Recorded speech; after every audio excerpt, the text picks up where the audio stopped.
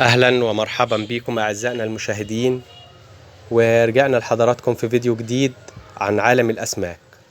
بس طبعا قبل ما نبدأ الحلقة مع بعض، أنا حابب أشكر كل الناس المحترمة اللي دايما بيدعمونا في القناة وبيشجعونا.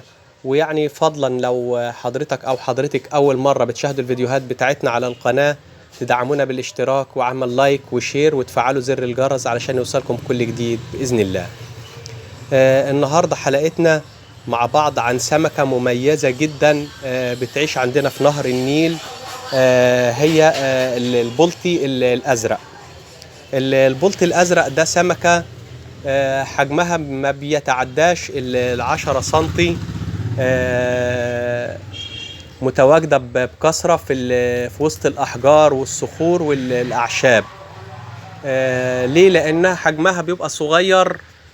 بتخاف إنه الأسماك الأكبر زي سمك البياض والقرموط والدقماء والنمر، الأسماك دي ممكن بتفترسها، فبتخاف دايما وبتفضل هي والأسماك الحجاري مختبئة في الصخور زي ما احنا قلنا والأعشاب. طبعا هي حجمها زي ما احنا قلنا انه ما بيبقاش كبير، بحد اقصى بتوصل 10 سنتي. يعني ده 10 سنتي. في ناس ممكن تكون مفكرة ان هي دي نوع من بلطي صغير لسه هيكبر ويبقى بلطي كبير. لا، هي دي حجمها كده وهتكبر اكبر حاجة يعني ممكن لغاية 10 سنتي. بعد كده بتبدأ تتكاثر عادي، تبيض وتحضن البيض في الفم بتاعها زي البلطي العادي، وبتبخ عادي من الفم بتاعها بعد ما البيض بتاعها بيفقس. طبعا هي بتمتاز باللون الأزرق بتاعها، بيبقى لون مميز وجميل. بيبقى الرأس بتاعتها والزعانف والذيل شكلها بيبقى حلو جدا.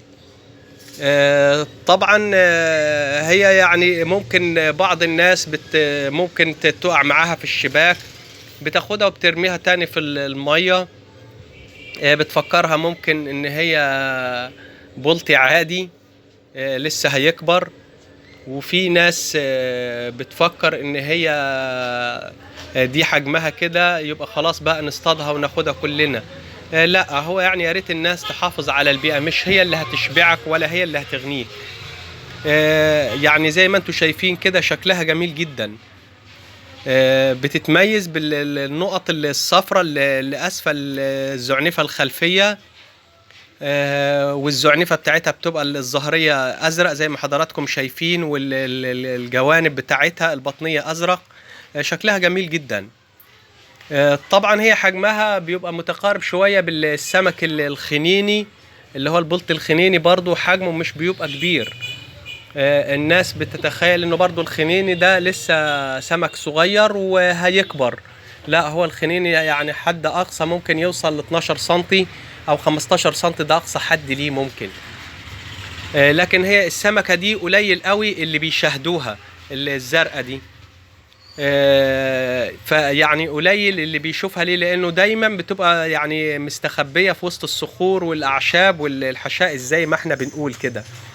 وباذن الله برضه في الفترة اللي جاية دي هنحاول نعمل لحضراتكم فيديوهات على انواع الاسماك البلطي القزم، اللي هي الناس ممكن بتشوفها وبتتخيل ان هي اسماك كبيرة، لكن هي ما بتبقاش اسماك كبيرة، بتبقى اسماك صغيرة.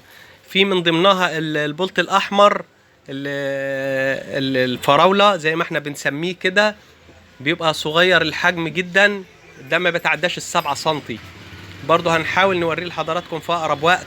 وفي البلطي الذهبي اللي هو الجولد، برضه بيبقى حجمه صغير جدا، برضه بيبقى قزم. في اقرب وقت باذن الله يعني هنوري حضراتكم الانواع دي.